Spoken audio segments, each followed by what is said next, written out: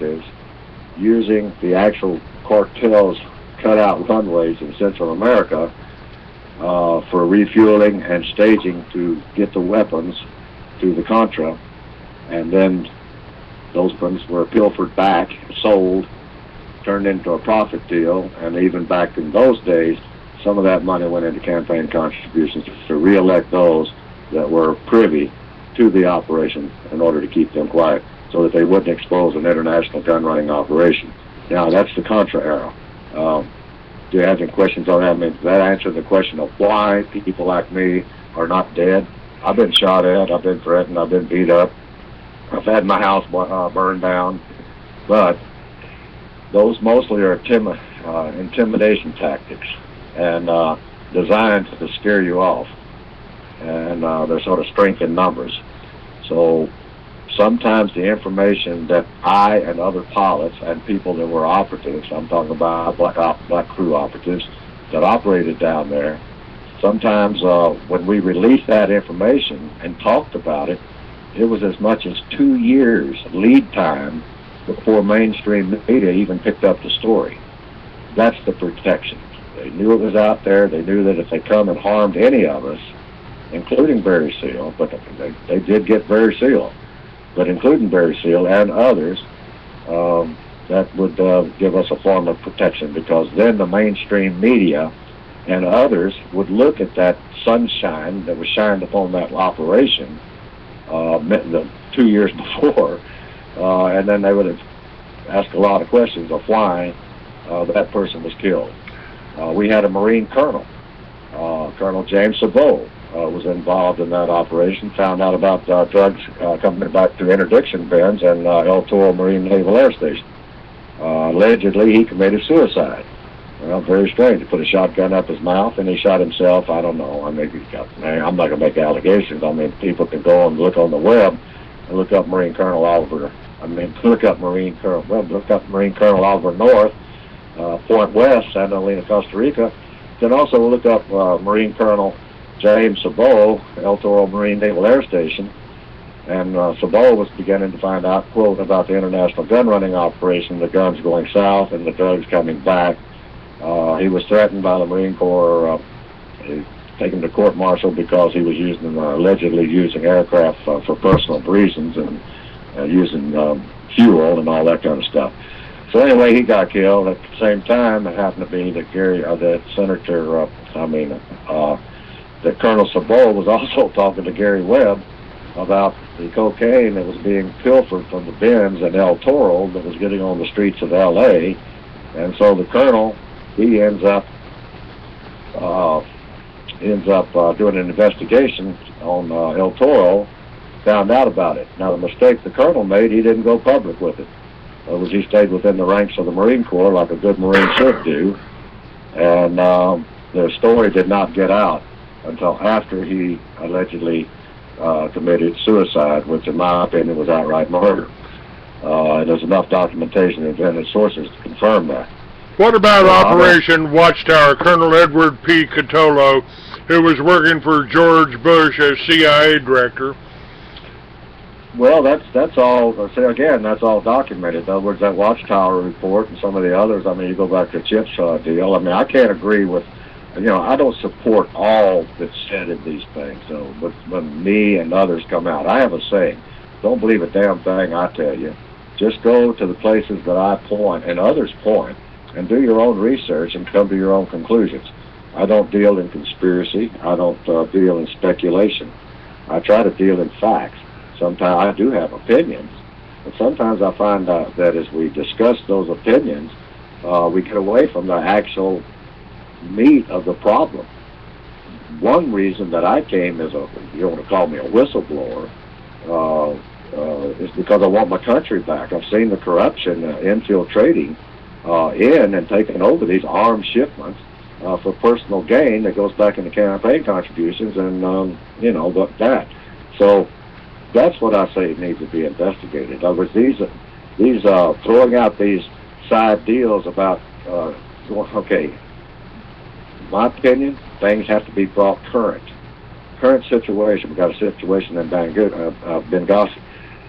I don't want to start shotgunning all over the place. This is a very complicated, convoluted, octopus, many arms type thing. When you're talking about a cover-up, the biggest thing that's being covered up right now is an international gun running operation that's been going on for over 50 years. Pardon my language. I run guns to Fidel Castro. At the same time, we were funding Batista. That was in the 50s, 57 through 59. Came on up on the farm. We don't always stay engaged. In other words, we do an operation. If that operation is successful, we run it until the mission is accomplished. Then we put that operation up on the shelf until another time, and then we bring it off the shelf, tweak it up a little bit, readjust it, and put it back out on the shelf. And then sometimes it could be 2 or 3 decades that go by before a particular operation that was successful is tweaked and put back out in the field. That's what we see with the Benghazi thing. I don't mean to be talking very fast, but I know we have a time element here. So let me back up and say, okay, Iran Contra, gun running, drug running. Drug running pilfered off into profits for a select few that was involved in running for re-elections or running for an office or whatever, and they got financed by cutout companies, private contractors, and that money was put from sales of the profit of the arms was filtered back into those campaign contributions. That's the cover-up. That's the cover-up in Benghazi. That's the cover-up in Iran Contra. That's the cover-up in Cuba. I have a situation where I say Cuba, Kennedy, Contra, and beyond. And the operation is all the same. Now, that's what people need to focus on rather than focusing on what someone did with their PP 20 years ago, what someone did, whether it be Watchtower, whether it be the Phoenix program, or whether it be all the atrocities that went on in Vietnam. We all know about those things, whether it be illegal to smoke marijuana, whatever it be. Sometimes those are very valid issues, but discussing them too much in detail is playing exactly into the arms of what our administrations want us to do, because then we can be labeled as conspiracy freaks, and therefore our testimony and the truthfulness of what we did in Black Ops is negated and walked over, and the emphasis being put on, again, what someone did with their people. That's the most important thing there is. Mainstream media picks up on that, sensationalizes that, and then the gun running that man doing something with his PP did was not covered. It's all emphasized on, wow, what he did, what he said, what he was, where he came from, what he did 25 years ago. Whether it be Black Ops, whether it be Vietnam, whether it be tunnel rat crawling in a tunnel with a 45, blowing people's brains out. We don't talk about stuff like that. We don't talk about the politics, and we pull away. And we actually are used to do that. We do it ourselves. I talk to my Black Ops buddies and stuff like that. We get off on the tangents of going around and say, wow, man, you don't believe what I mean, they had me do, I flew that C-130, 609 Papa, man, geez, she had a bad engine, she had this, she had that. Hey, well, wait a minute, you flew the Papa, what was in your cargo? That's the issue, that's what we were talking about. Well, you don't understand, by golly, they made me do this, they made me do that, they said this. Now, I hope I'm not getting off on a tangent with you, but I was just trying to draw an example of how hard it is to stay focused on a particular issue. Well, now, on that particular issue, you mentioned Benghazi, but we've got the same names keep popping up all over the place. What about Hillary Clinton? She was married to Bill Clinton, and he was a recipient of some of those campaign contributions you talked about. And I'm sure now we're talking about her being president, running for president. And what about the ties of Hillary Clinton to Benghazi? Well, look at it this way. What we're dealing with, you're dealing with a consistent plan that has been in operation. There's another world out there that the 8 to 5 cannot even comprehend, and that political world with Hillary Clinton. I'm not going to take pop shots at Hillary or any of them. What it is, they're all in their own little world, so far out of touch with the real American citizens, the taxpayers.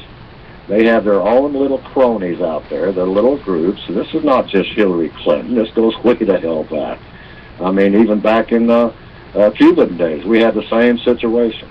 You have a clique, and I'm not going to go into conspiracy, Blenderbarg, and trilateral, and those to me are things that take away from the issues. These people need to be investigated. They stopped the investigations. You don't mess with the Clinton clan. Barry Seal found that out. You don't mess with the Clinton clan. You don't mess with the Bush cronies. Or you're going to get character assassinated. If that doesn't work, then you're going to get outright assassinated. So you have to get enough information out there, current information, before the fact, in order to protect your operation. I don't know if that makes sense. Now, you asked about Hillary Clinton. Okay, she's got a multitude of problems.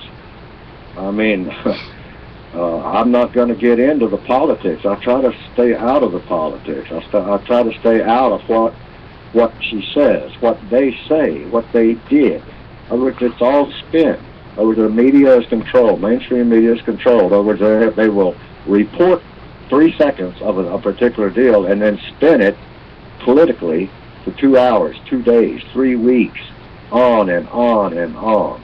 These are nothing more than diversions to take a person away from the real issue.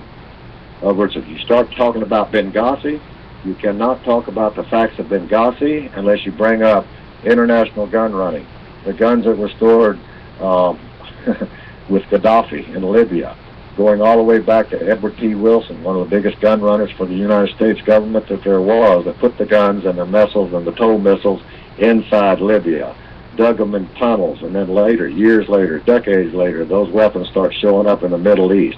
Those are U.S.-made weapons. Those are the issues. Those weapons came from our stockpiles. Those are the issues. Those weapons were flown to the Middle East in C-130, USA, private cutout company, front companies, loaded with weapons, going into the Middle East and dropping those, and then not monitoring those weapons, and then those weapons get into radical hands.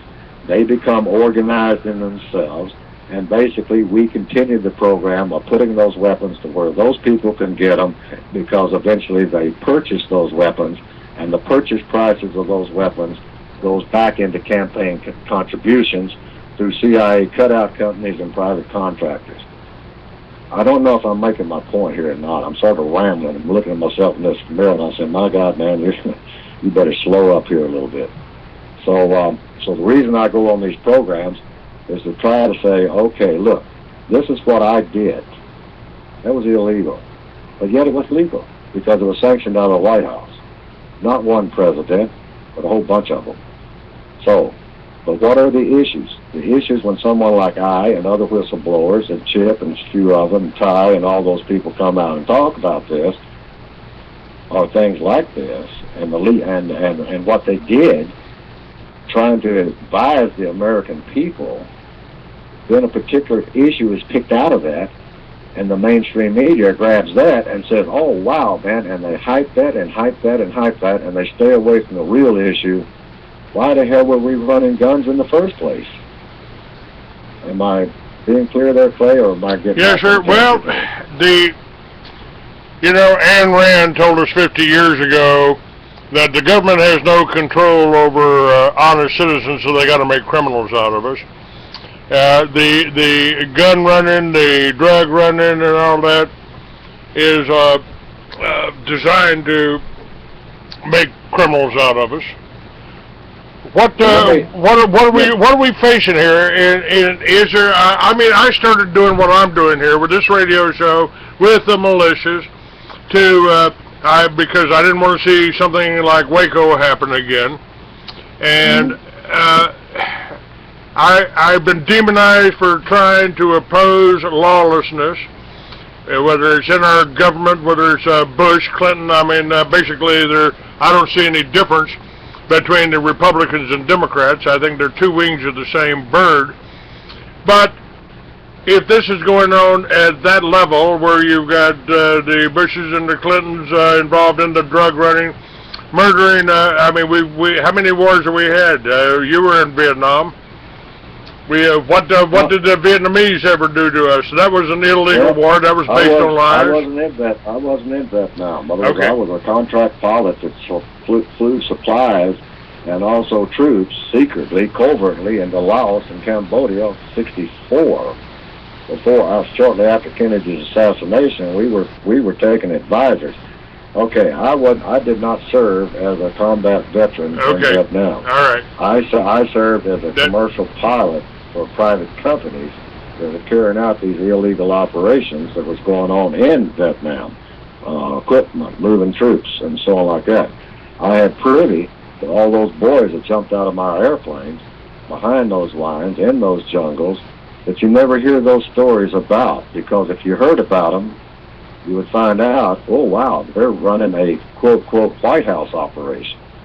They're not running a Pentagon operation. The Pentagon and the CIA is doing logistical support to support the crews that jumped out of my airplanes behind lines in violation of every treaty that there was at that particular time. What I'm saying, my activity was before Vietnam.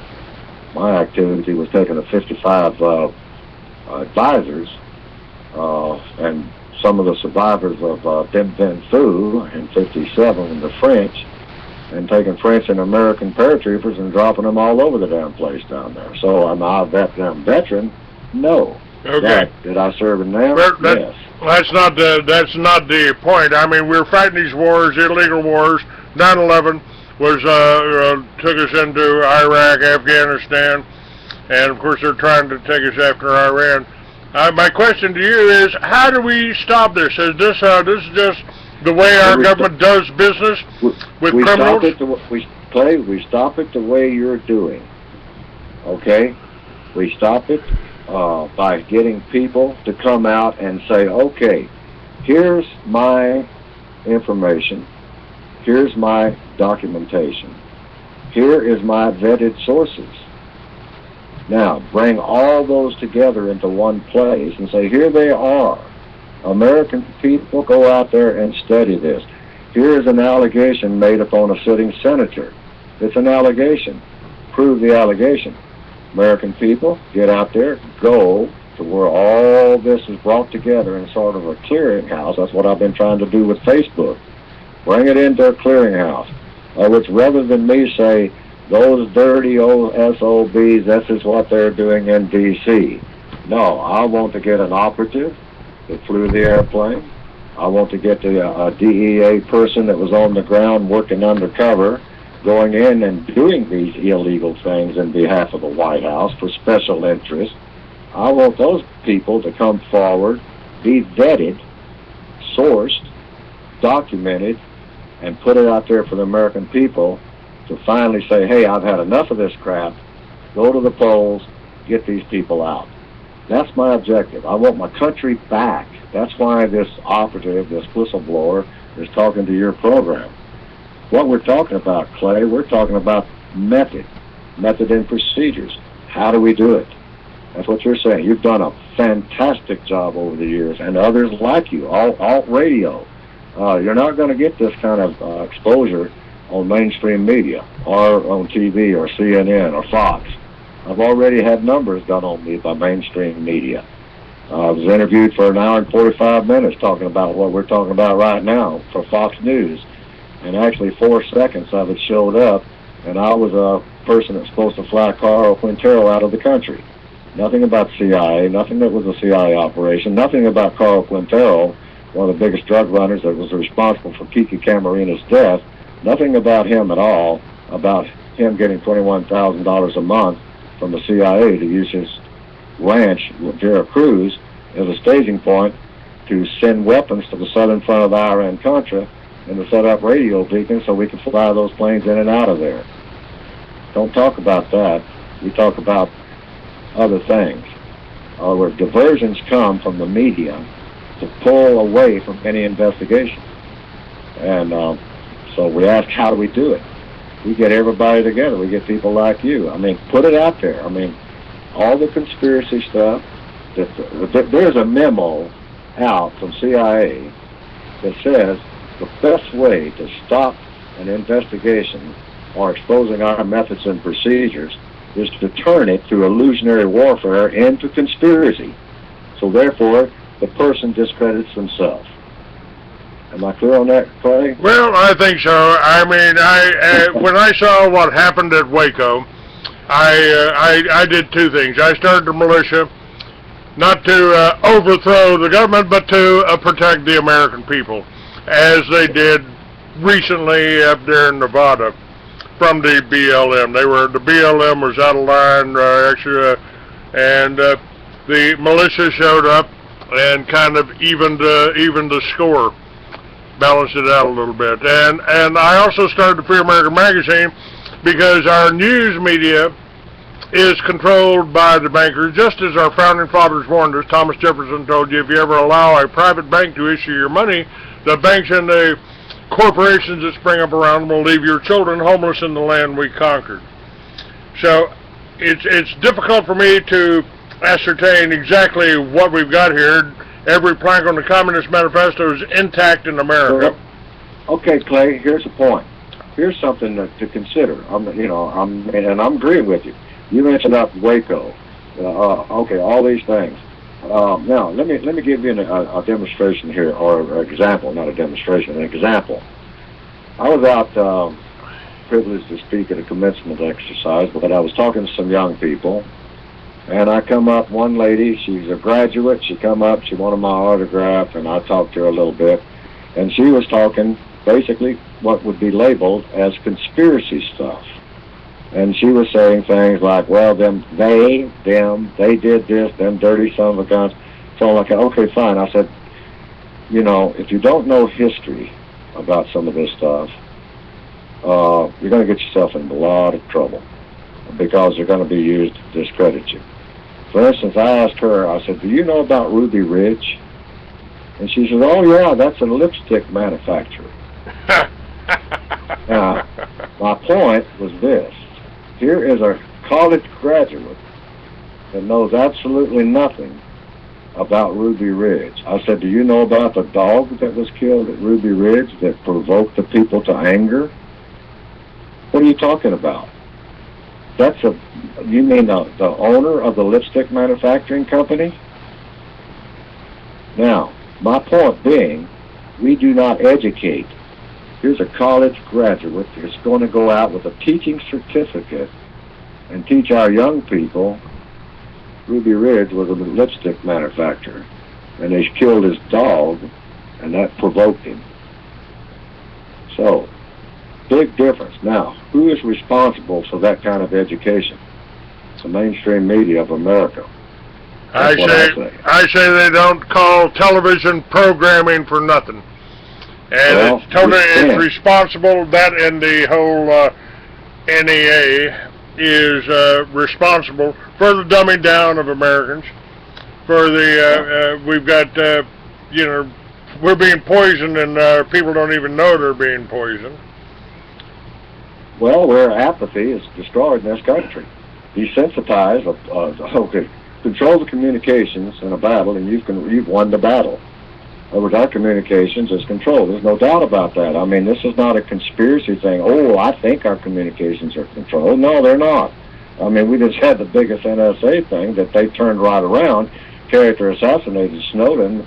The fact this morning, before I came on your program, I saw a deal where one of our Homeland Security people was talking about what a traitor he really was. Well, wait a minute. What did he expose? Why did he have to run from his country? When this character assassination didn't work on him, hell, they're going to put him away, Bradley Manning, come on. There's a thing in government that you take an oath, and there's also a thing that you sign that if you become aware of any corruption in your organization or in your travels employed with a secret clearance in government, it is your responsibility by law to report that to your supervisors, and your supervisors are supposed to carry that up the chain of command, and it should be investigated. Now, that's exactly what that man did. We found out that the citizens were being snooped upon, lied upon, manipulated upon for political purposes. He brought that to the forefront and got labeled as a traitor. Now, what does it mean? I mean, a patriot has to serve in the army before he can be classified as a patriot. Are you a radical rebel rouser starting trouble because you have a program?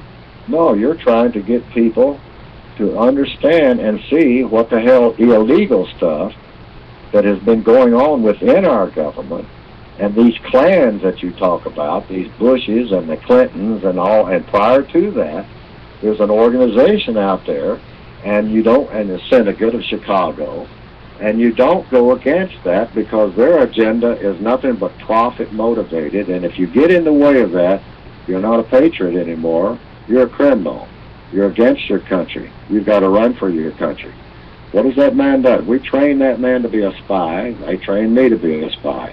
I went to the illusionary warfare training at Nags Head, North Carolina in 1959 and met a lot of the guys that had came back from the OAS in Germany that was teaching our classes on how to set up illusionary warfare and bring the credibility of something down to where it becomes a conspiracy. Did I say that right, Clive? Well, yeah, that's exactly what they've done to me. Oh, he started a militia. Oh, he's a conspiracy. He's anti-Semitic. He's anti-government. I'm the most pro-government guy you got out there. Haven't you heard that? You're a rebel rouser. You're a troublemaker. Yeah. What are you making trouble about? You're trying to get the word out of what these clandestine syndicated people are doing to this country. They have infiltrated. There was a time that if you dropped the American flag on the ground, some Marine would kick your ass. Now that is not going to happen nowadays.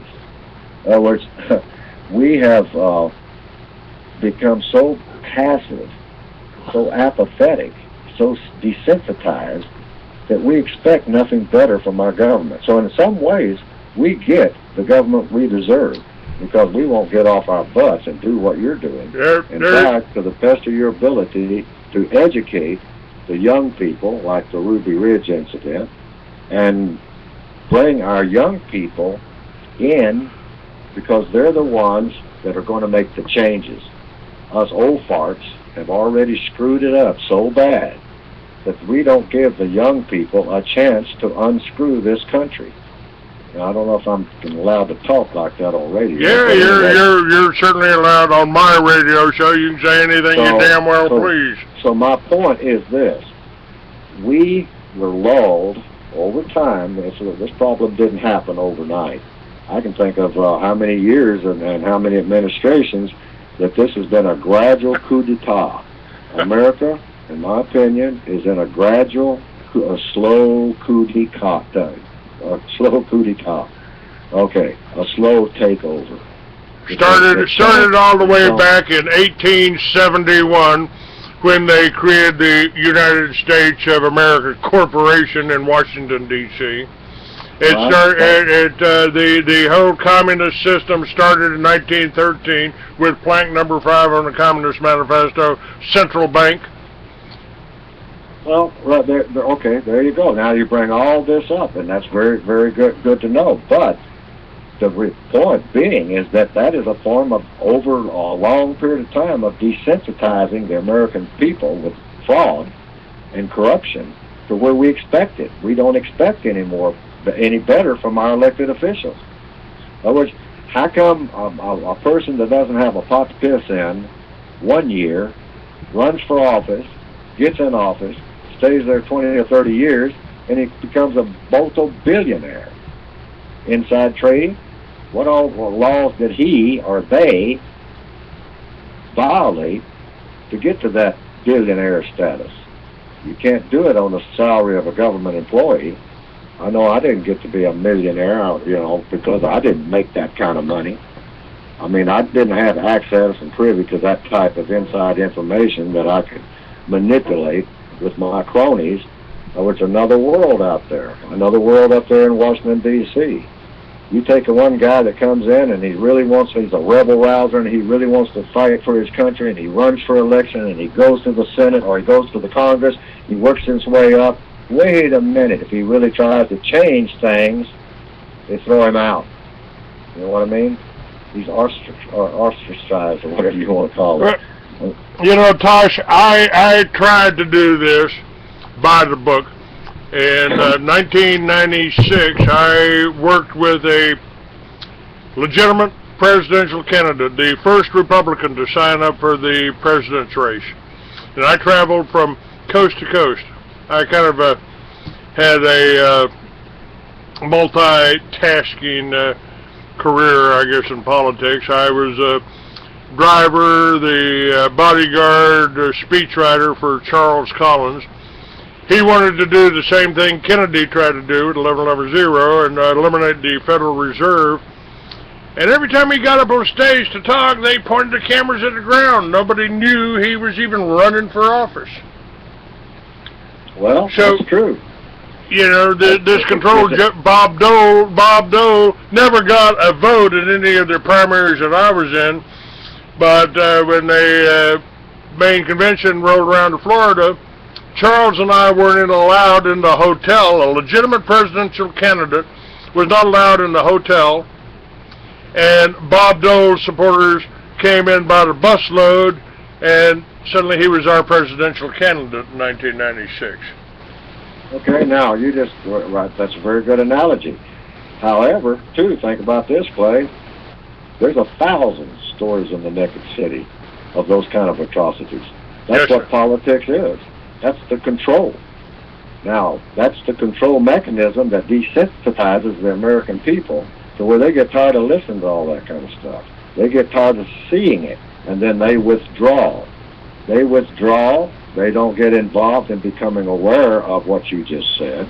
They don't see it because they're not looking. They're so frustrated and ticked off about the infiltration of these cronies and crooks and special interest people that they finally just turn the radio and turn the TV off and say, there's not a damn thing we can do about it. They're just a bunch of crooks.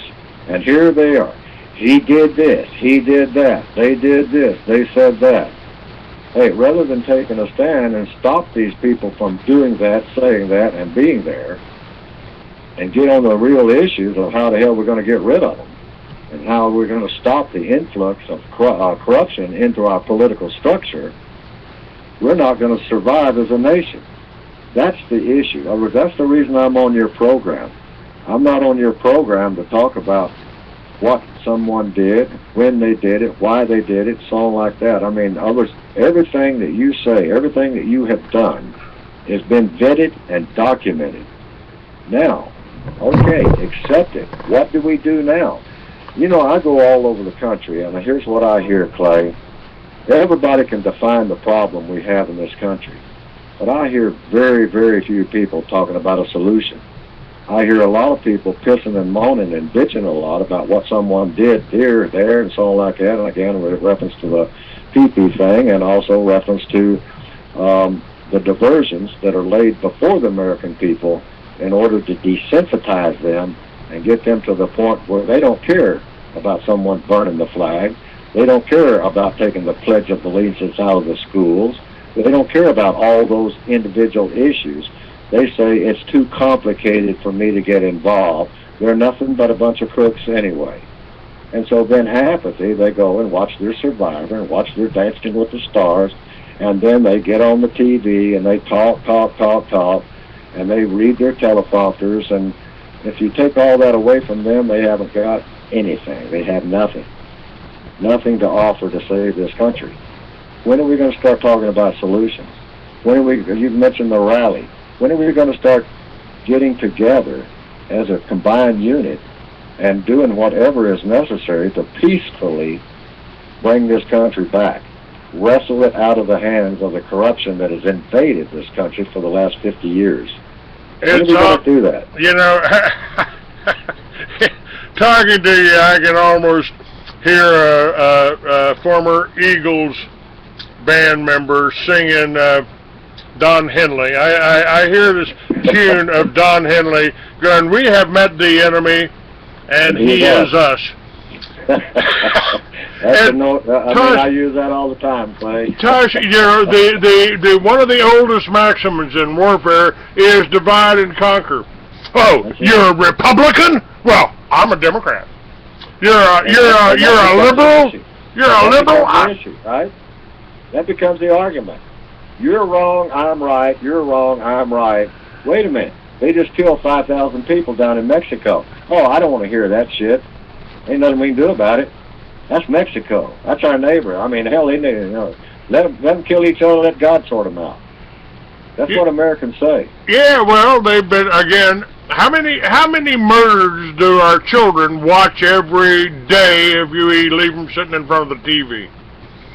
Well, look, when all these games start, that's another issue in itself. See, we can get drawn off onto that. I mean, there is, again, 1,000 stories in the Naked City. There's 1,000 things out there that are put in our place for us to have to walk around and crawl over in order to get to the truth. We have to do it. But if it's such an obstacle out there, and it's so impossible to climb over it, what do American people do? Apathy. Oh, I mean, you can do all you want. They're not going to do nothing about it. Go to the polls and make the changes. Now, again, us old people, we ain't going to do a damn thing about this. You and I and everybody else in our position right now are going to piss and moan about the problems and not talk about the solutions. So, all I'm trying to say is, okay, pull all this information together, put it in a concise format, present it to the young people, educate them so that they know what Ruby Ridge is and what Waco was and what led up to it and the rebellion and the frustration that took those people that could have been tremendous leaders for this country and put them into such a frustrated state that they wanted to kill anything that went against their principles. Well, you know, Tosh, that's exactly what I've tried to do. I started this radio show 20 years ago. I started the Free American Magazine, and the Free American Magazine, they tried to kill me over, and I brought that back. You can read 10 issues of that, and the thing about the Free American Magazine is that I take this, here's a story about food, here's a story about energy, here's a story about gun running, here's, you know, and I put it all together so in a concise form when you read this article after article after article by different people, and you're doing the same thing with your Facebook site. Me too. That's right. I'm getting ready to set up a web page, and my goal on this is to get the information out there in a concise format, not for us to read and talk and discuss, but for the young people to understand what's going on and try to motivate them to go to the polls and show them how to check the congressional record, to find out what that individual politician voted for. He talks out of the side of his mouth. He says one thing and does something else. The young people need to see this. They need to know where to be educated, where to go to get this. They're not going to get it in our school system. They can't even say a pledge of allegiance to the American flag anymore. So I have also started Timothy Bible College in the Little Red Schoolhouse over 20 years ago. I'm on the board of directors for the Timothy Bible College. There's no doubt. There is absolutely no doubt. You are a warrior. Which you are doing what all American people should be doing. You are calling them to task in your own way. Well, you're pointing it out there now. But here, let me exercise my frustration right here. You know, I pull things and I study history. I put up a video on my Facebook site, on my Free American site, called The Greatest Story Never Told. And what that is a true history, uncompromised look, an unprejudiced look at Adolf Hitler, who Kennedy said could be one of the greatest men of our times. John F. Kennedy said that. Okay, now I'm gonna play a little devil's advocate here. Okay. I'm gonna throw this bout at you. Clay, who cares? Who cares about what Kennedy said? Who cares about Hitler? Who cares about the Holocaust? Who cares? Who really cares? Who cares about the Trilateral Commission? Who cares about the big meetings of the Big Eight? Who cares? Who cares about Iran Contra and running drugs and bringing cocaine to finance those drugs? Who cares? Obviously, nobody, because I can't get any financial support. Wait a minute. Why don't they care? Does it ever occur that maybe we're educating the wrong way? That's occurred to me. Maybe we should regroup, us that are out here trying to win our country back by exposing the atrocities. Maybe we're not approaching it the right way, because we're sure as hell not reaching the young people. They won't listen to you. I don't give a darn how much you write. They won't listen to me. In other words, I can point them everywhere to go. But I went down and got a new smartphone, which, by the way, is smarter than I am, because I haven't figured out how to use the damn thing yet. But anyhow, and I missed a lot of calls. But anyway, I was sitting down there, a very young man with 3 children, so on like that.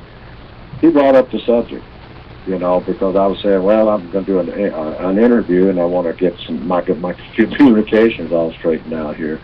And so we got to talking, and he was starved for what we're talking about. I didn't go into conspiracy theories. I told him what I'm trying to do, trying to pull the information together, expose the corruption, and then maybe we've been teaching it the wrong way because the young people are not accepting it. There's some out there. Why do gang members gang up? They're looking for guidance, and they're looking for love. They're looking for something that us oldies and our generation is not providing to them. And they're losing their freedoms left and right. I mean, we got them so far in debt, they'll never get out of debt. And that's the first thing that destroys this country, is debt. And our way of life. Anyway, I'm not going to get on the soapbox, and I'm not going to pull away from what we're talking about. What I'd like to go back to, Clay, if it's all right with you, is you brought up something about Fast and Furious. Yes, sir. Fast and Furious, and I work down there with Task Force 7, and anybody wants to go in and run Tosh Plumlee and Mexico. That's all you got to do. Google it, Tosh Plumlee, Mexico. All kinds of crazy crap's going to come up there. But the point being, Fast and Furious was nothing more than a cover, a diversion to take away from the international gun running going south, and the drugs coming back. Now, ATF thought they had a good program. They did it in a good spirit. But I'm one of the guys that was told to take the tracking devices off the weapons so that they couldn't be traced once they got into Mexico. And then, let me ask a simple question to your listeners. How do you get an anti-aircraft weapon in the back of a pickup truck into Mexico? Just a simple question. How do you do that? Well, always say, wait, well, they didn't have any anti-aircraft weapons. Log it on the internet. Anti-aircraft weapons, Juarez, Mexico, Mira. That's all you got to do. Anti-aircraft found, Mexico. Look, Army uniforms, goggles, law missiles, all this kind of stuff stored in Juarez. 6,000 people killed in Juarez in 1 year. You don't hear about that over here in this country. No. You don't hear about the gun running going across in Columbus into Mexico to Palamas and Ascension. You don't hear about that. You hear about a little Falcon Lake incident when they uncovered where those guns were being stashed over there by accident. You hear about that. You hear the spin, but you don't hear about what's going on. Task Force 7 from Fort Bliss, Texas, went into Mexico to train the Mexican Marinos to weed out the corruption from the Mexican Army that was taking these weapons that were coming from our direct commercial sales program going into Mexico legally because they were a member of the direct commercial sales. They could buy those weapons for the Mexican Army. We shipped those weapons to the Mexican Army in Mexico City. Those weapons transfer out into their districts. And one group in Mexico decided, well, hell, we'll take all the weapons and we'll form a group of the cartel and we will set up a Zeta. And all the Mexican Army deserted and went to the Zeta. And what did they do? They took U.S.-made weapons. And I don't mean little pop guns and rifles and shit like that. They took anti-aircraft weapons, they took armor, they took body armor, they took night vision goggles. They took everything that we had furnished Mexico in accordance to agreements. And so then what happened? all of a sudden, ATF's operation went sour. Wow, fast and furious. They let guns, they let pistols get into the hands of the Mexicans and shoot them up in the plazas, and those weapons came back to who? Wait a minute, a straw purchaser in Deming, New Mexico, and also Chaparral. Oh, they bought a pistol, and it ended up in a crime scene in Mexico, and it was straw purchase. We had a DEA agent, decorated DEA agent, that worked Ilopango down with me, and we photographed and documented and ID'd thousands and thousands of weapons and Stinger missiles and all that, and took pictures and took it back to our proper people, so to speak, only to get reprimanded because we had no business going in that Hangar 3 warehouse in Ilopango. And his name was Sully Castillo. Sully Castillo came back, started an operation known as Powder Burns, started exposing all this stuff about Ilopango and Santa Elena, and so then he got set up. He sold a gun to one undercover operative, and he ended up doing 5 years in federal penitentiary. Just got out about a year ago. Now he's a good man, but he got character assassinated. He's now a convicted felon. He lost his pension. He lost everything, simply because he tried to expose, similar to what Sheldon tried to expose. So I don't know if I'm making any sense or tying all this in together, but that... Okay, it means the good guys, the people that are trying to do the right thing, trying to expose the criminals, are being imprisoned, being shut out, or being killed. Now, the reason Sully went is because he did not release all his documentation before the fact. If he had done it, the dog hadn't stopped the shit, he'd caught that rabbit. But anyway, if he had released his information through proper channels for investigation, at that time, he would have had them by the yang-yang, and they couldn't have pulled down and done a character assassination on him. He would have had his pension today, he would have been in retirement, and he would be known as a whistleblower. But it didn't work that way. By the way, Sully's going to be on a program tonight, 10 to midnight, Revolutionary Radio with Stephen D. Kelly. I don't know if you know Stephen. I do not. If you could get me a number, though, Tosh, I would love to talk to him. I'd love to have him on. I was on his program a couple of weeks ago, and I've been on Hagman and Hagman, and we're going to go back on Hagman and Hagman. What we're doing now, we're bringing the people, like I said earlier, we're bringing the people that were involved in these operations, these covert operations, the black ops, operatives, if you want to call them that, and they're coming out, similar to what Chip Tatum and your friend Ty and a few other people. Yeah, Chip's been on my show a number of times. Well, and we're trying to get all these people together and discuss. So the person that was in charge of Kiki Camarina's murder, a good DEA agent, decorated DEA agent, Hector Bareilles, is also going to be on that program tonight. And also Phil Jordan, who was in charge of the El Paso Intelligence Center, who knows all about the killings and the weapons in Juarez from intelligence. He was in charge of the Intelligence Center. He's now retired. And he's been gracious enough, and also Hector has been gracious enough to join me in this program tonight and other programs in the future. In fact, I have him on your show if you would like. I'd like to have him on my show. I don't want to speak for these guys. I don't do that. I don't speak for other operatives. We're going to let them speak for themselves. But they have the same passion. They have the same deal that I have.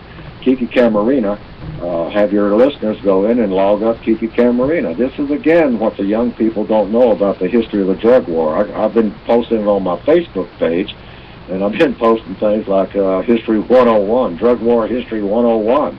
And I go in and pull all this stuff together, not talking about it, but pull it together and documented and vetted sources forms so that these young people that don't know anything about this can go out and learn what went on. Now let me ramble some more and get back to an issue here. All right, we got, wait a minute, we've got, I don't want your thought train to be broken here. Sorry, I've go got, ahead. I got it. I made a note. I've got a commercial that's coming on here. About 60 seconds. Hold on till this is over, and then you can start talking. I actually have bumper music now. Hang on.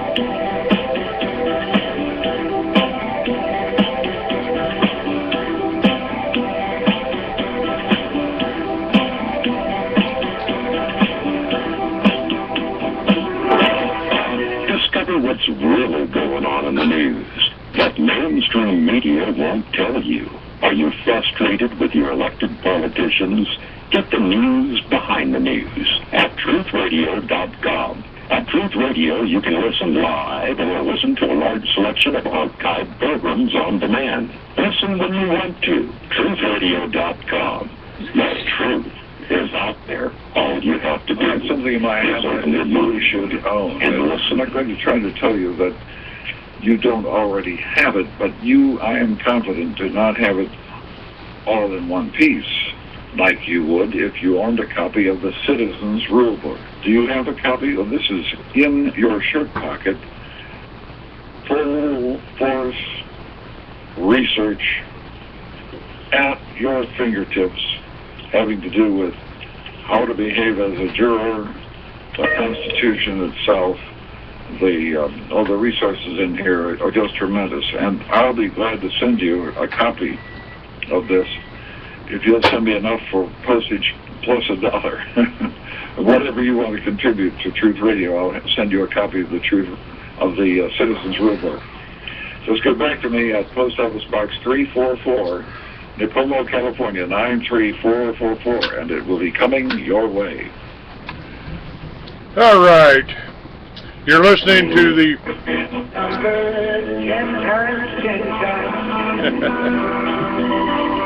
More bumper music.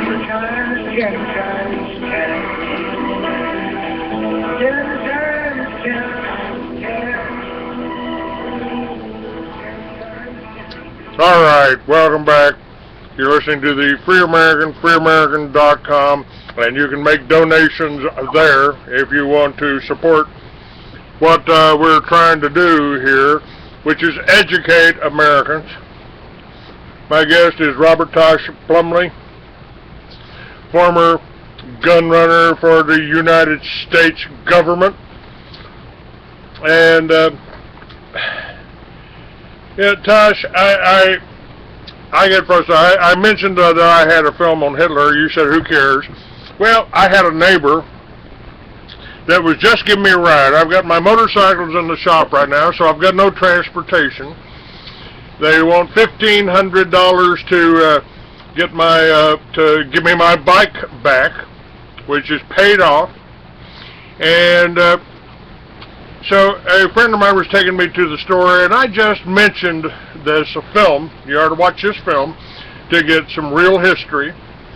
And he blew up. I mean, oh yeah, you think Hitler's like, and suddenly I didn't have a friend anymore. I didn't have a ride. I didn't have a supporter. I can't get to my post office. I can't do nothing. And I said, maybe this is the reason I'm not getting many donations on my site. If you come out with one piece of information that somebody has been programmed against, suddenly you're the bad guy. Suddenly you're the enemy. You know what? You think 9/11? You think the government did 9/11? Whoa, we ain't talking to you anymore. You think Israel's a bad country? Well, don't you know they're the chosen ones? Well, we're not talking to you anymore. We're not supporting you anymore. This is part of the divide and conquer. This is psychological warfare against the American people.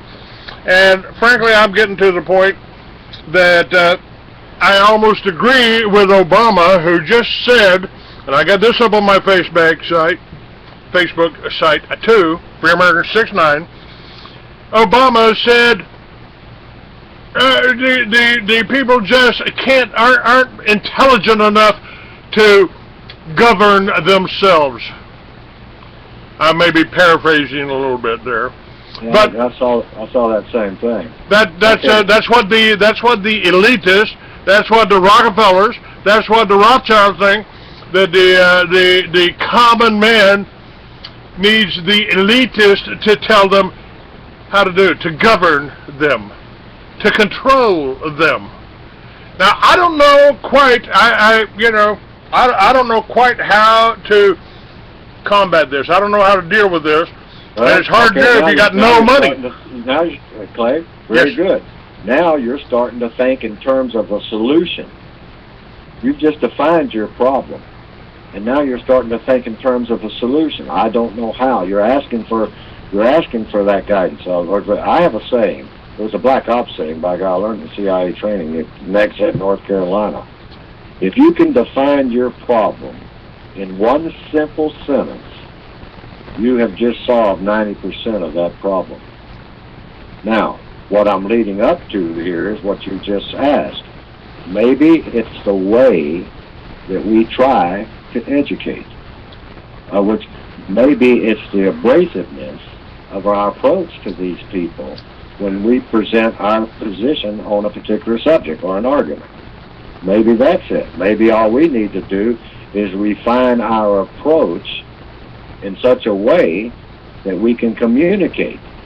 Because what you just told me, evidently, you did not present your argument in the manner that your listener would accept. Does that make sense to you? That's what I'm trying to do. Well, it makes sense, but I have tried to approach this a number of different ways. I've written books about it. Don't say anything about the book, just read it. Here it is. Here it is. $10, you can read it. Here's a magazine, read it. Here's a radio show, listen to it.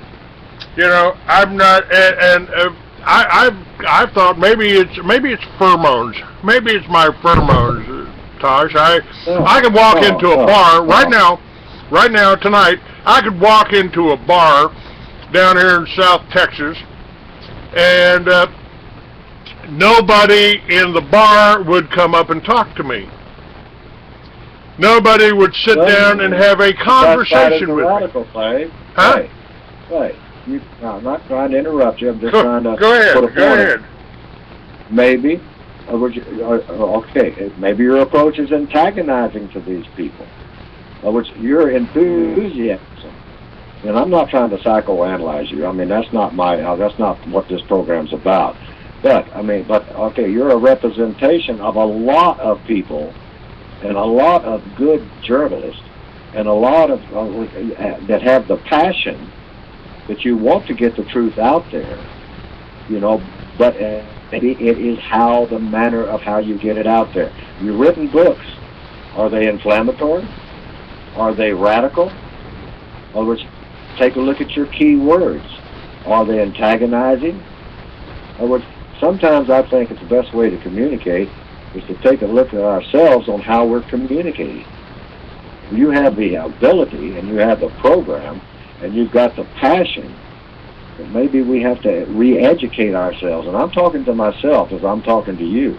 Maybe we have to re-educate ourselves on how we present, not our arguments. We're not trying to argue. We're trying to educate.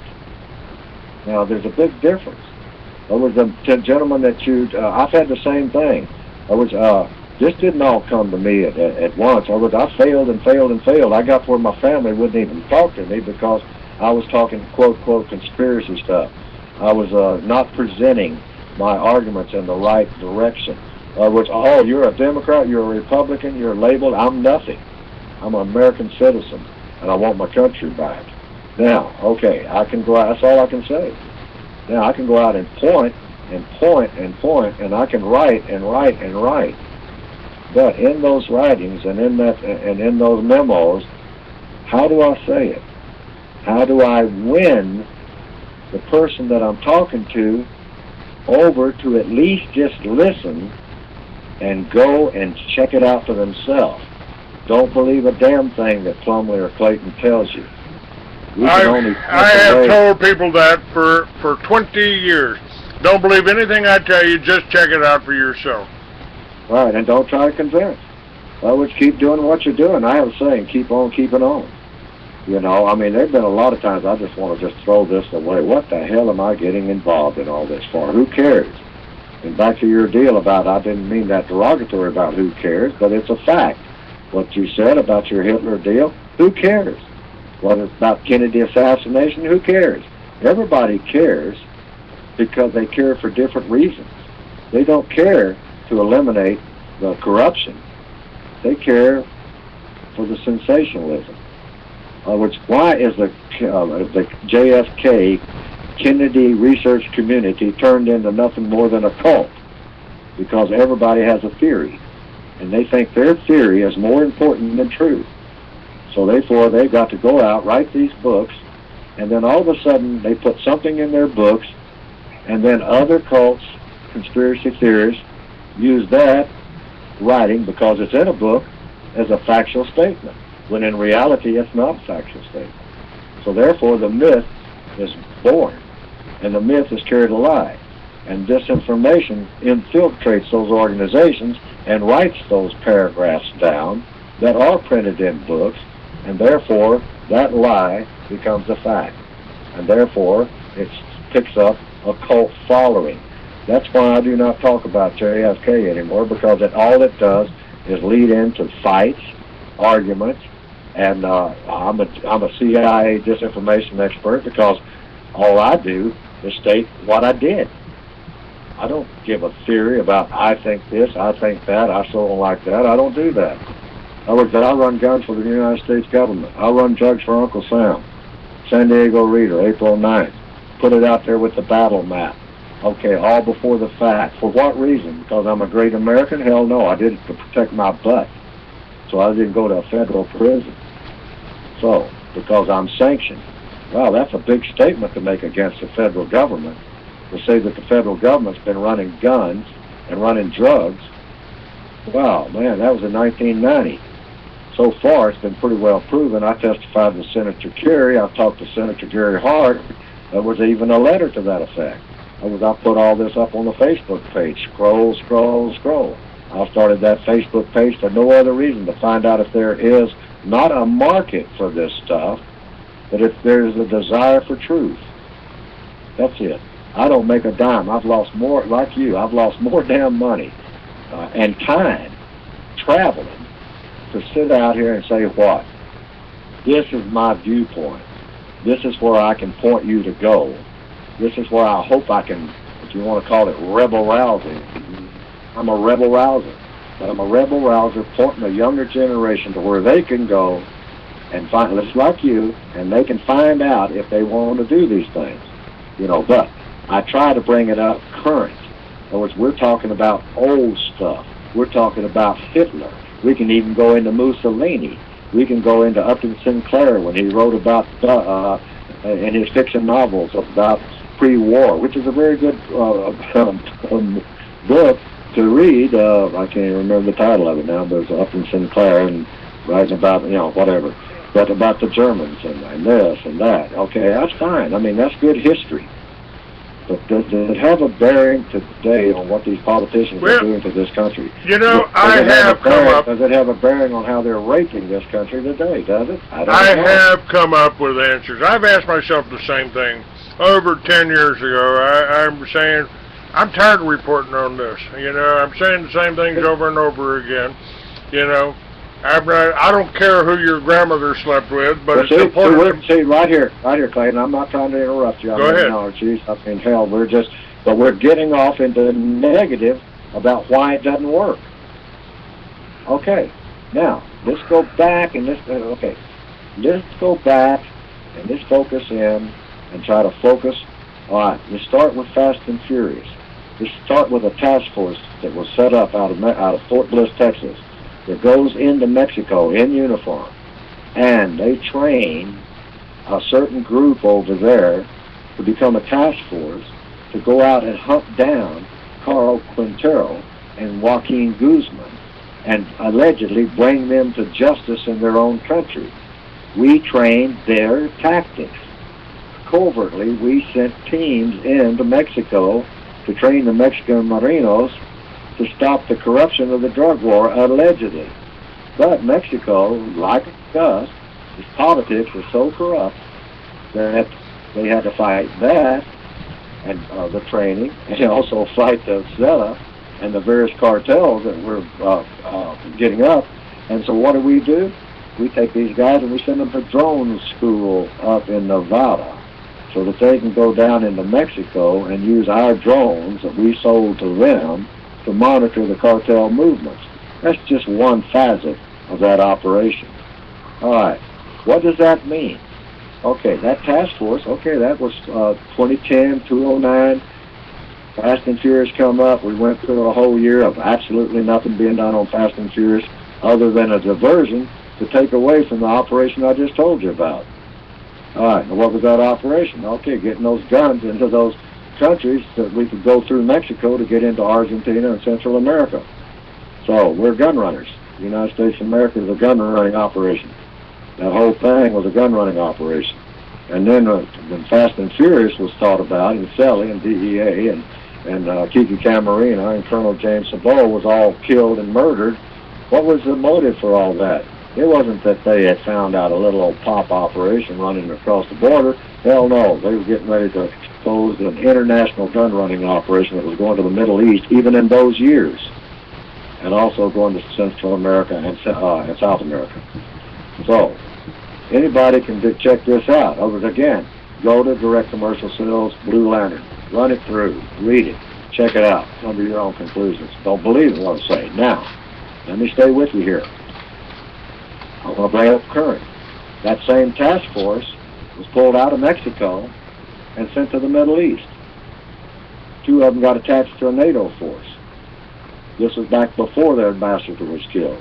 Same task force that operated in Mexico that trained out over there and dispersed the weapons from the international arms merchants of the United States into Mexico are now over attached, one of them with the intelligence unit of NATO, and then he gets in touch with a couple of friends of mine, and I've got some pretty deep contacts, and they, laughing, come to me and they say, Tosh, you won't believe what the hell we found over here.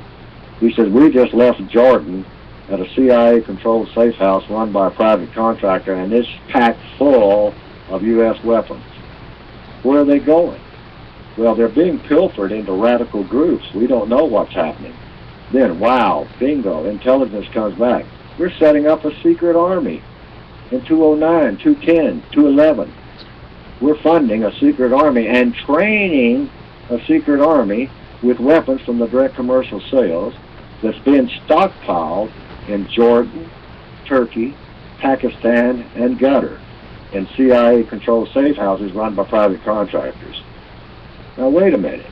I'm thinking, wow. He says, what can you do, Tosh? They're in line.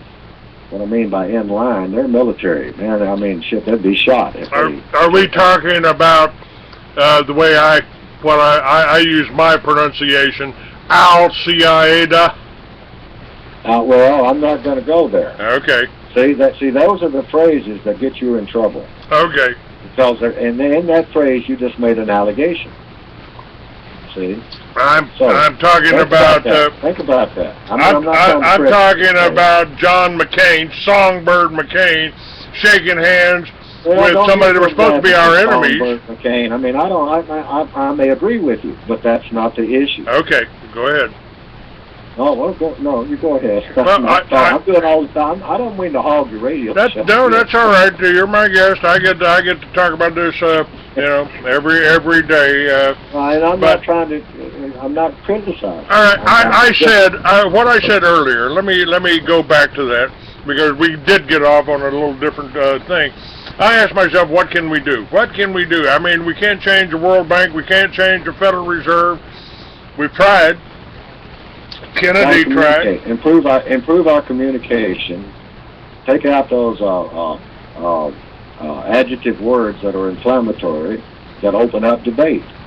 I would tell it like it is. I was in my briefing reports. I'm from Texas, man. You know, Me too. And I'm from East Texas. You know, and I was raised in Dallas. Born in Fort Worth, and hung out at Mother Blues in Dallas. There you go.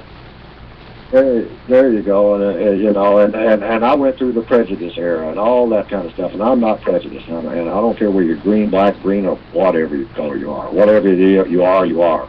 You're a human being, and we all have a, and I am a Christian, and I believe, and I got my beliefs, but I don't wear them on my sleeve because that opens up debates. And when you tell somebody, I'm a Baptist, I'm this, I'm a Methodist, I'm a Catholic. Okay, that becomes the issue. Well, you're wrong, you're an idiot, and blah, blah, blah, when you're talking about something else.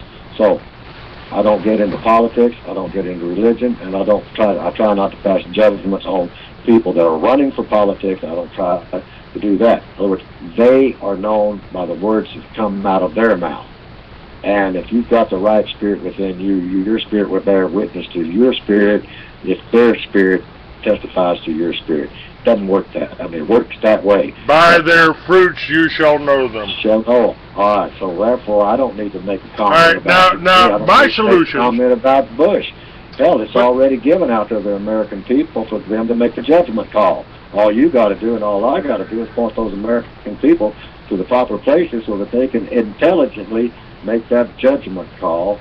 And in my opinion, we don't help them make those judgment calls by using the adjectives before we say a particular word. I'm not criticizing. All right, let me try to cover this. Let's take a step back.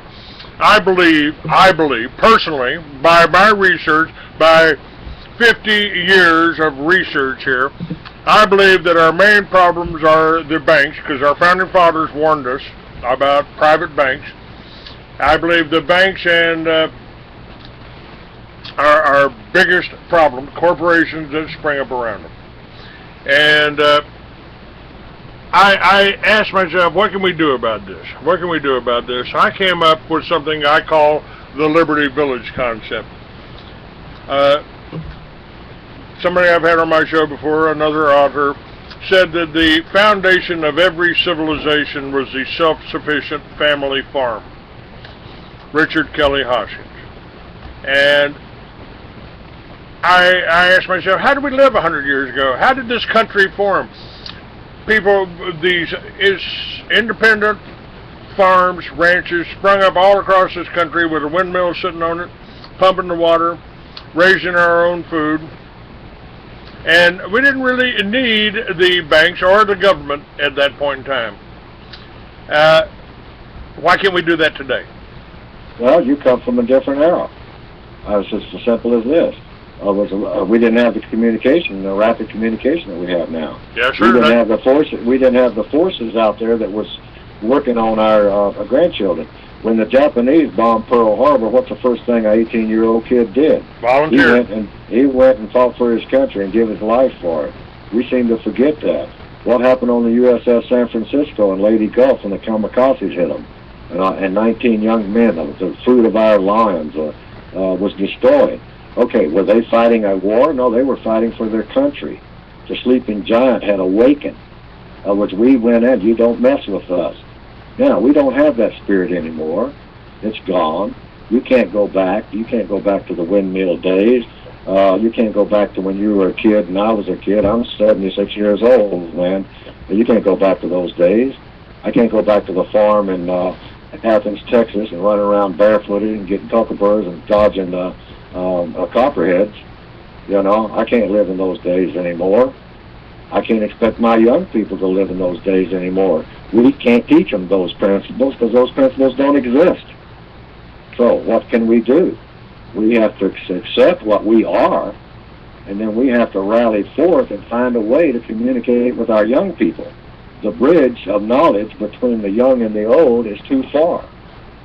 So my point is educate the young people. Now the question is, how do you do it? You do it by what you're doing, but do it in a different way. Change our approach. In other words, we have to give our knowledge to a younger generation in such a way that they will accept it. And you don't give it by sitting at the dinner table saying, I'll slap the shit out of you if you don't believe what I'm telling you. And that's sort of the way it is. We don't show. In other words, we're so busy in this country trying to survive and make a living that most of us don't have time to know what the hell's going on out there.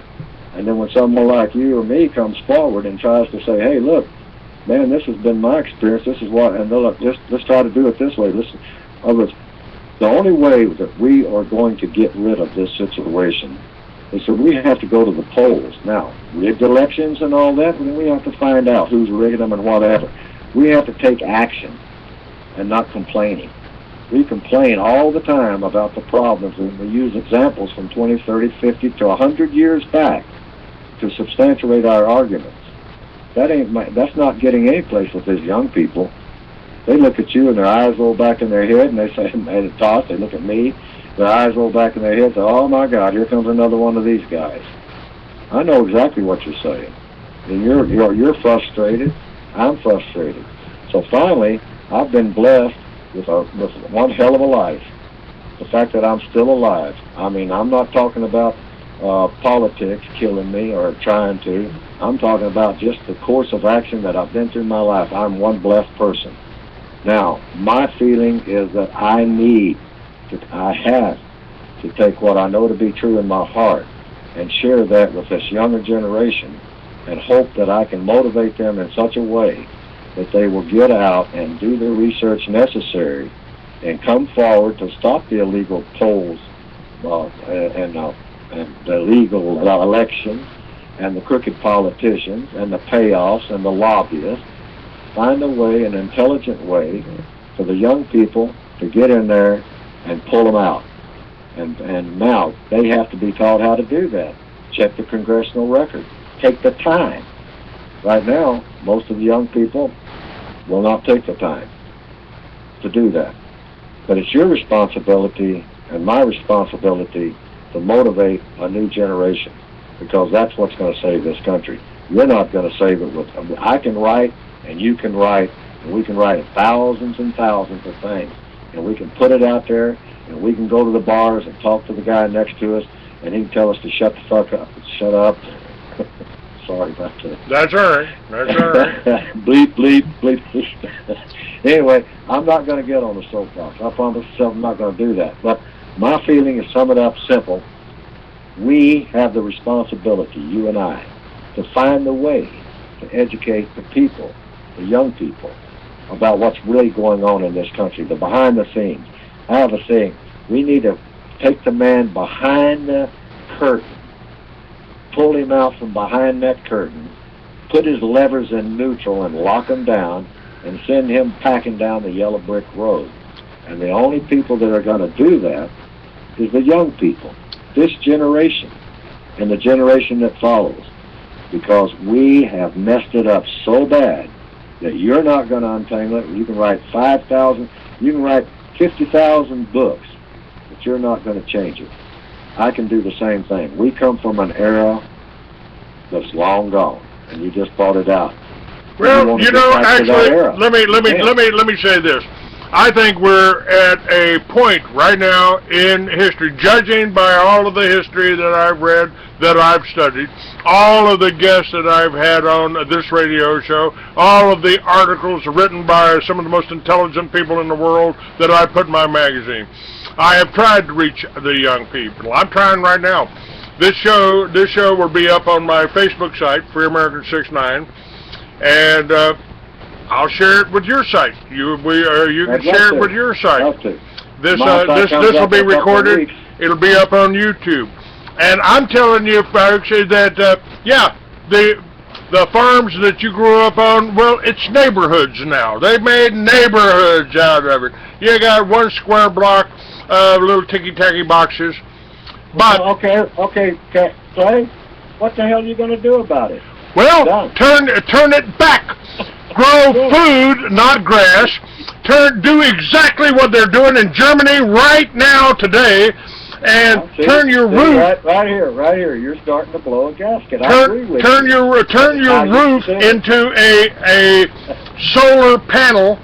Let your house draw in all of the energy that these make. God gave us the sun. He gave us the wind. The technology's there. Grow food, not grass. Grow and generate your own power. Don't buy it from General Electric. Don't buy it. Don't. And we don't even have to run our cars on Rockefeller's gasoline. We can run it electric. The technology is there. We've got communication here. You don't have to go to that little public fool system. We've got colleges, and we got the Little Red Schoolhouse right here on freeamerican.com. You've got the power. Yeah. You know, somebody told me one time, Tosh, that they don't have the power that they want you to believe they've got. If they did, we'd still be under the Roman Empire. And it's we've got the ability to communicate. The game has changed. There's a new paradigm here. We don't have to rely on Hearst newspapers. We've got the internet. Okay. So, to me, it's a promising time right now. Focus, Clay. Focus. I am. Focus. You just give me 6 different things. Now, I'm not criticizing. Okay. 6 different valuable things. 6 issues.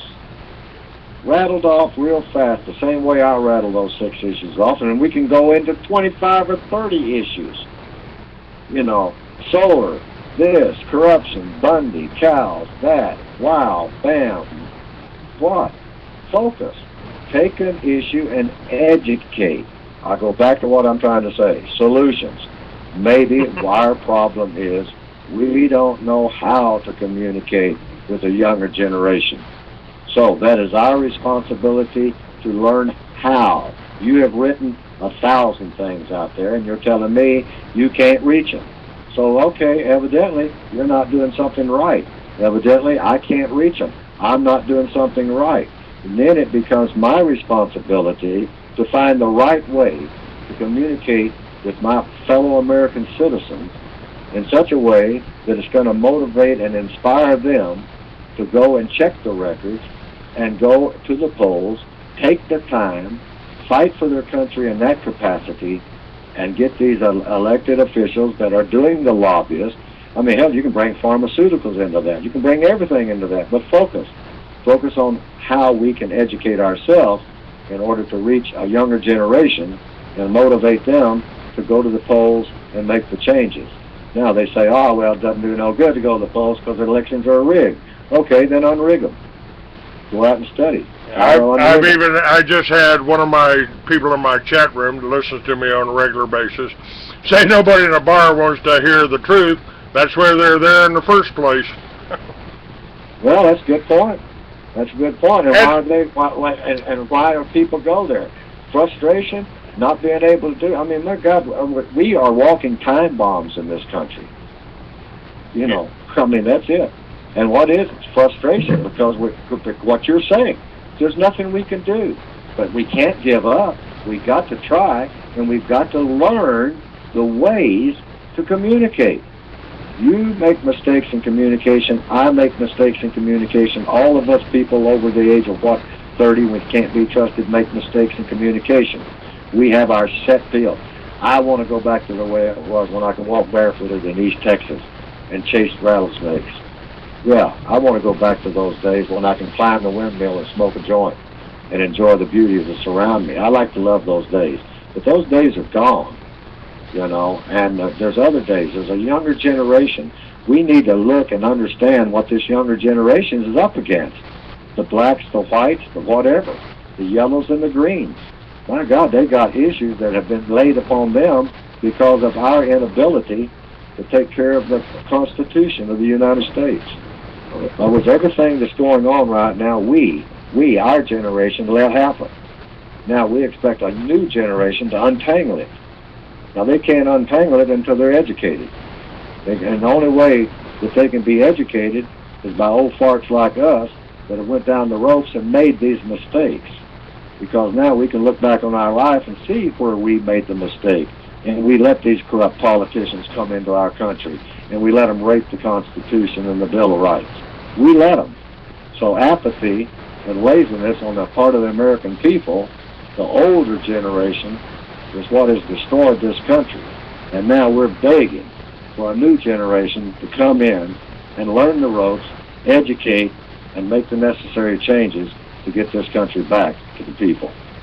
Now that's my platform. That's what I want to see. Now I want to learn the way to do it, and that's the reason I come on your program. I want us to learn the way to do it. That's the reason I set up Facebook. That's the reason I'm setting up a web page. I'm out here. I'm not crying in no wilderness. I'm nothing. All I've got is my experiences, which are, in some ways, I've been told, are very unique. But what did I learn from those experiences? And I learned about how my country is being infiltrated by special interest lobbyists from all angles, all the 6 things that you just mentioned, all those things. How do I educate? How do I focus? How do I rally? How do I bring the young to go out and take the time to go where we can point them to go? Because we know where to go because we're the ones that made the damn mistake. Does that make sense to you, Clay? Well, almost. But 20 years ago, I set up freeamerican.com. We're broadcasting on that right now. And on freeamerican.com, right below Tosh Plumlee, is a link to Tosh Plumlee's Facebook site. You've got valuable information. That's why you're on my show. That's why I have you on my show. And so I want the young people to hear your voice. 70 years old. It's nice to have somebody actually on my show that's older than me. I like that. Well, and you know, I'm just an old biker, man. I didn't. Not to take away from what you've done. Not to take away from what you've done. Don't. I'm an old biker, man. I mean, it's an honor for me to be on your program. Let me say that. Well, thank you. That's the reason I came on. I vetted you. You know, I looked at you. I've been told not to go on there because you're a rebel. You're blah blah blah. Okay, fine. It's an honor. But it's an honor only if we can work together and focus together and get the true message out there so that this younger generation will take it in hand and demand more from our government than what they're getting. That's all. What you just said is exactly the point. Whoever told you not to come on my show is the enemy. I mean, you have said nothing that I don't agree with. Nothing. Well, we're having fun now, aren't we? Yeah, I'm having a blast. You know, we've got we've met the same people. We've been in similar situations. I just got a note here, passed to me. Be careful, Homeland Security's listening. Okay, well, welcome to the program. Yeah, well, people you say, well, you know, there's FBI in that audience. Good. I'm glad you're listening to me. I'm glad you're in one of my lectures. I'm glad you're listening to my radio show because we both took the same oath. That's same oath. I joined in 1964 to fight in Vietnam. I didn't go. God stepped in and the Army tried to kill me before I got there. But I didn't go. But today you won't talk about a veteran. You know, you called us baby killers and all that shit after we got out of Vietnam. I helped stop the war in Vietnam. I sold pitch symbols. And after what happened in Waco, I started this radio show. I started the militias. I started this magazine. I still have that. That's still going, even though they did try to kill me there. But whoever told you not to come on my show, they didn't want this information. They didn't want us working together. And this show will be up on my Facebook site. It'll be shared on your Facebook site. This is important information. You know, well, folks, for your young people out there. Join it, and I'll step on it. I don't mean to, but that's anyway, right. It's just got to get out there. For the young people out there, you know, what they've tried to do, and I think I've got an article up there by John Kaminsky about grandmothers. Where's our grandmothers? You put them in a nursing home? Well, guess what? I'm turning 68 this year, and you're not putting me in any nursing home. I'm not going to a nursing home because the older we are, the older people, your grandfathers, and my grandfather was more intelligent than my father, and probably my father was far more intelligent than me, more well-versed, more educated from life, not the propaganda, not the controlled news, but from life. So we need to respect our old folks. I want to see us all working together. I want young kids. My grandfather raised me. I remember sitting on his knee, and he read me comic books, ran his finger along the words. So when I went into the first grade, I could read at a 6th grade or 8th grade level. It's the older folks like Tosh Plumlee and Clay Douglas are where you're getting your education. Yeah, we get frustrated. Yeah, we may not do it all right. You know, like I said, I'm just an old biker. You know, lead, follow, or get the hell out of my way. You know, Yep. My nickname was the Loner when I rode, and always been that. Just who I am. Hey, you know, where we going? Well, guys, I'll be there when you get there, and I'll have the beer on the bar when you get there. See ya. Talking about bikers, and we're getting off, getting off subject. That's fine, we'll get back to it. But can I tell you a story about a good biker friend of mine? Absolutely, Okay. absolutely. I've told my sons, I raised my sons, I said, I'm going to give a plug in Grant, Colorado. Go ahead. A couple of places up there, known it back in the, well, they're closed now, of course, and they're gone out of business, and everybody's died and all that. But a good friend of mine, his name is Andy Rocket Socks, Rock in the Socks. Andy, good biker buddy. We traveled the world together. He was old hard again. He had a panhead. I can go into all that kind of stuff, But anyway, one day we had a big pig roast up at Al's place, Flat River Inn, and Al would give this pig roast every year for all the bikers. So hundreds of bikers would go down on Grant, Colorado, and they'd line their bikes all up in a row. All these Harleys, shiny, just like Sturgis, all out there, And so here come Andy from the local bar down the street, and he comes up, and he's riding a moped. and he comes up there, and he goes in, and he pulls his bike up front, and he backs that moped right up next to two big brand new Harleys. And he's all dressed in leathers and everything. He got a damn chain hanging down to the ground with a bike that says, I'll ride hard, or some damn thing with a billfold on it. He gets in there and he turns around, he takes his riding gloves off and puts them on his moped, turns around, and a couple of bikers there were just watching him. And he says, you got a problem with that? He walks in the bar. He sits down on the end of the bar. Next thing I know, Lady Fingers and Fingers comes up and buys him a beer because he had enough balls to do it that way.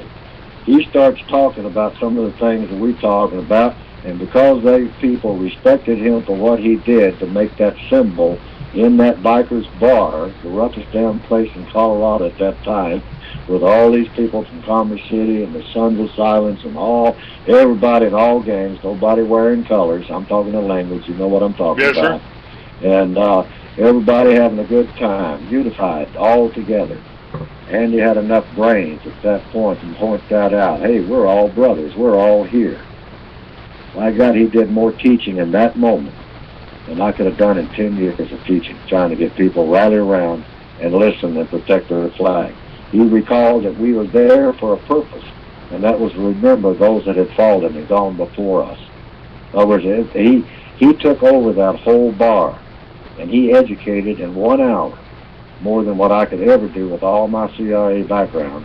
And then later, the good man, he died. He had he picked up a couple of diseases from his drinking in his other days, and so that eventually got him as a young man around 55. So anyway, I just want to share that story out there, that by your actions you can win people over without saying one word.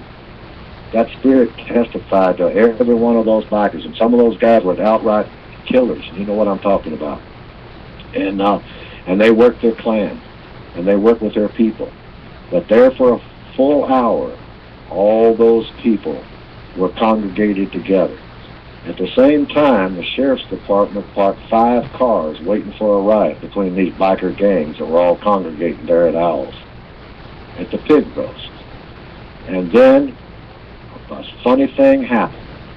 When those officers came down to walk through that crowd to do crowd control to make sure no one was getting out of line, they sit there and had a beer with those bikers. Now, to me, that's a very fascinating story, and it's a true story.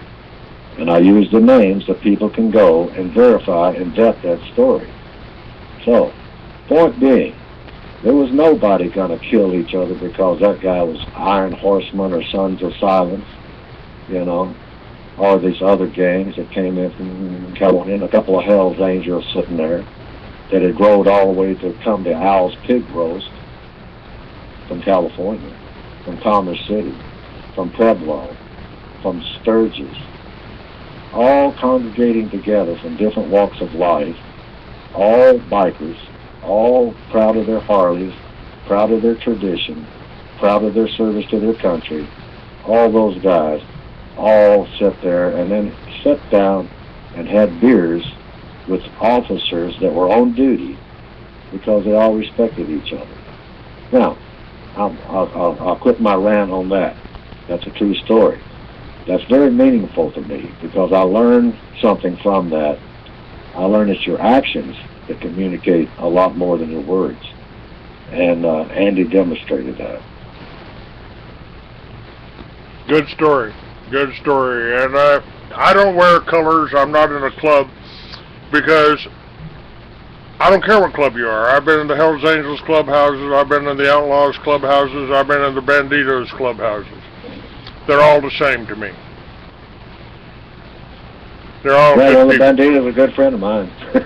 So, you know, I know where you're talking yeah, about. my first club went to the Banditos. That was the Ghost Riders from Useless, Texas. I'm sure you know where Useless is.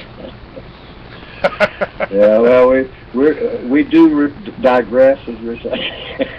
Yeah, well, that's all right. And look, if you can't have fun with yourself, Clay, who in the hell are you going to have fun with? That's right. So those kind of things. But getting back on our subject matter, and real fast, you know, because I know I'm going to have to take off here, and I know we're getting close to the end of the broadcast.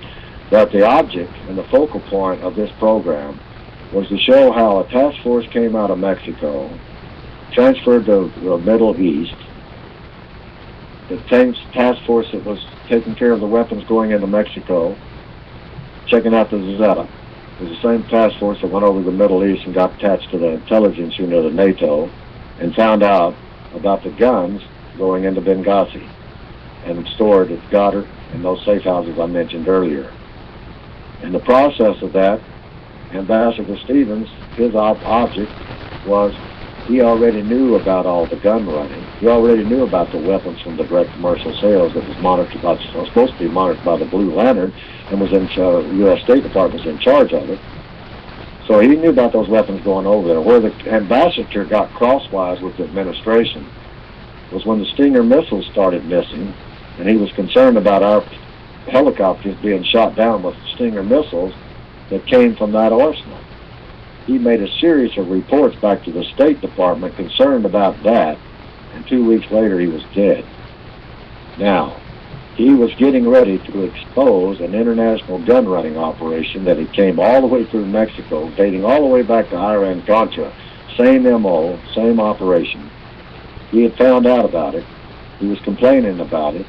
He wanted to offer a buyback program to buy those weapons back from the radicals because they had not formed as a unit at that particular time. And he was told, quote, quote, to stand down. That seemed to be a con phrase that later showed up after he was killed or while he was being killed. A very atrocity there. We could go into the details of all that, but that's not important.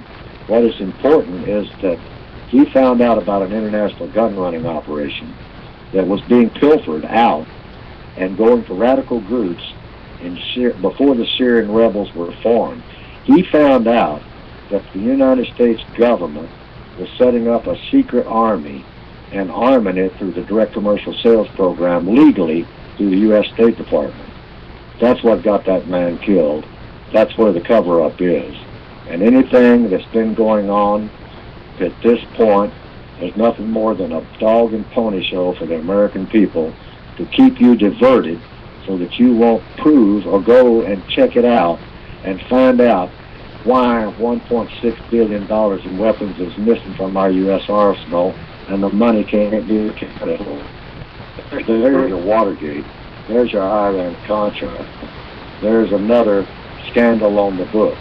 So it's very important for this administration and I know who's listening. It's very important for this administration to cover that up because it will open up campaign contributions being kicked back to those elected officials that support that operation, that covert operation to set up a secret army so that we can fund the Syrians. Later, our president, POTUS, I refer to him as POTUS. I have nothing against the man. Don't care. Don't get involved in politics. But later, POTUS announced that he was funding and arming the rebels because he knew that it was getting ready to go public. Now, I said it, and I think you're going to play it, and I've said it on my Facebook page. I just posted the deal today. I'm taking a hell of a chance, but again, it's information out there before the fact. Hopefully that they won't move on me and try to take me out. If they do take me out, there's going to be a hell of a lot of people out there asking a lot more questions. We've got about 10 minutes left. Let me ask you one question, and I'm not sure that I've got an answer for it. Why are we so intent on focusing so much on Iran? Is it the oil, or is it something else? I mean, and is this Israel, or is this the United States that's instigating all of this hostility? The press is pretty much a Zionist-controlled press. So what? Who is this? And you know, somebody said I talked the other day. I said something about the Rothschilds being Jewish, and somebody stopped me and said, "Well, wait a minute, Clay. The Rothschilds were Germans. They may have been German Jews, but they were Germans. So who are you pointing the finger at? The Jews or the Germans?" Well, there you go. So you hit key words. When you say Jews, that goes radical. It goes into ethnic. In other words, that's where people think you go. That's the communication mistakes that we make. When we bring up these trilateral, okay, you're a conspiracy. You bring up Bilderberg, oh, you're a conspiracy. You know, in other words, in their mind, they might not even tell you, but you're not communicating. In other words, you're getting in ready to go into a debate, and that's not what we want. You know, you asked me a question about Iran. Why are we so focused on Iran? If our mainstream media is focused upon a particular object, country, or whatever, and crams it and crams it and spins it and spins it, then that you can rest assured that that is nothing more than a diversion to take you away from the real issues that are going on. What are those real issues that are going on that they want to take you away from? International gun running, drug running, to finance the international gun running. That's the issue. That's the exposure. That's what needs to be investigated. Now, when you see it in the paper, is it over oil? Is it over a special group of a committee up in Switzerland or Zurich? Is it the NATO? What is it? What are the emphasis? So then you look at the mainstream media, and what do? They say, wow, man, we got 14,550 hours of coverage on this subject. That is a damn good diversion, because not one word has ever come up about the weapons and where they went. Did I answer that question? Anytime you see the emphasis being put on a particular subject matter by our mainstream media, you can damn well bet it's a diversion to take you away from the real truth. Now, did I say it right? Well, I'm not sure if you answered the question. Iran hasn't invaded anybody else. I mean, we did finance and provide Saddam Hussein with weapons, to including chemical weapons, to when he was at war with Iran. But the Shah of Iran that they overthrew was our guy, so they just kicked us out of that country. I'm still not seeing exactly why Iran is such a threat, unless it is because they haven't been war with anybody. They're not buying any weapons, and they're certainly not supporting our banking system. Okay, we just sent $16 billion in aid weapons to the Saudis, so that they can defend against who? Iran. How many weapons did we send to Iran? How many U.S. weapons does Iran have that came from the United States, dating all the way back to Gaddafi and Edward P. Wilson when he run the arms deal into those Middle Eastern countries? those arms are now showing up in radical hands. You ask about Iran. Why are we so interested in Iran? You know, we're interested in their nuclear capabilities. Yeah, we're probably selling nuclear technology to them for a profit from our private companies. We're talking about one thing. We're going to bring them down. We're going to stop this. They can't do this, and so on like that. While on the other side, we're doing the same thing we did in Cuba. We're financing them because of treaty agreements, and then we're sending guns to them because of treaty agreements, and then turn right around and we send guns to the radical groups to overthrow, and so that we can have a political influence in the Middle East. So, I mean, yeah, okay, we send in, okay, check it out. Check out the direct commercial sales and find out how many weapons have gone to the Saudis.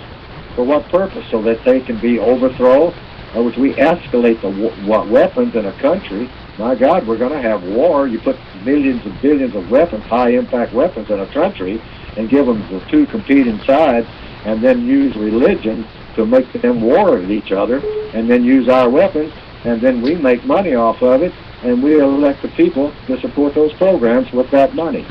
I mean, good gosh, follow the money, follow the trail. I mean, you ask about why are we so interested in Iraq? We say it's because of their nuclear capability and their buildup. That's bull crap. We turn right around and sell them that whatever they need, all the hardware that they need to private companies to do the very thing that we're trying to stop them from doing, we say. And then we put up a diversion out there for the American people to go off and never land on 15,000 different tangents about why we did it, why they do it. My God, no wonder we've dug a hole for ourselves that we can't get out of. What's your take on Fukushima? I mean, I see this as another warfare on our food, destroying by blowing up Fukushima and dumping that radioactive waste. Look, Clay, I'm not trying to interrupt you. All right, sure. Just asking you. I don't go into those. Okay. These are the spin-off of 1,000 issues. Okay. Whether it be alleged issues or factual issues. I mean, there's millions of them out there. You know, we have to focus on one simple thing, is how to get our country back. I mean, we're doing all kinds of illegal stuff through private companies, through lobbyists, where it be pharmaceutical. You can go down the list and look at every corrupt thing that there is. The infiltration is what I'm talking about. It has to be stopped. The corruption has to be stopped that infiltrate our elected officials that allows this to continue. Whether it be gun running, whether it be poisoning our youth with pharmaceutical chemicals. I mean, there's 1,000 issues that I could take. Where we blew up the thing in Japan, or what? I mean, to me, that's not the issue of what was done.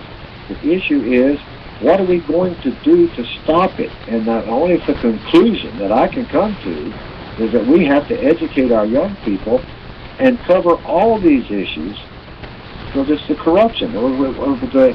We don't need to be talking about the corruption. We know the corruption exists. I mean, we could talk for hours and hours about one issue.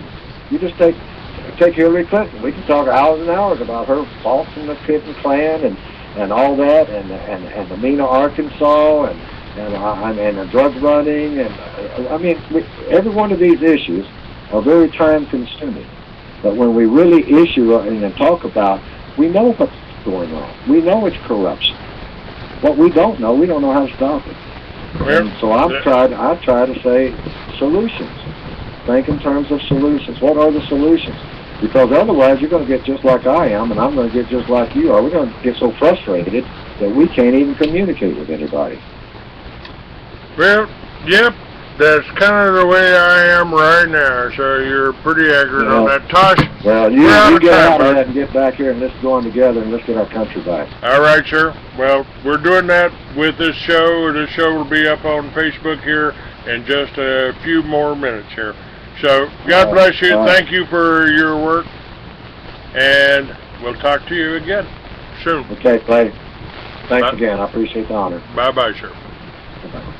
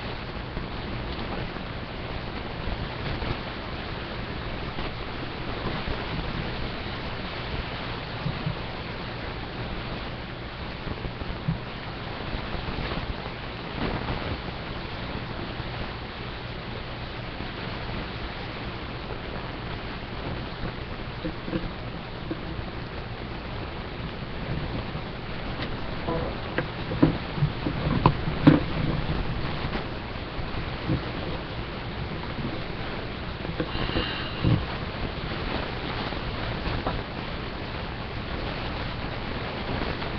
on, boys.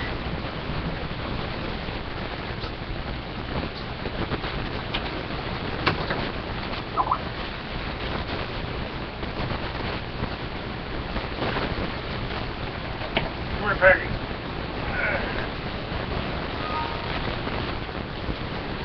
Wait just a second.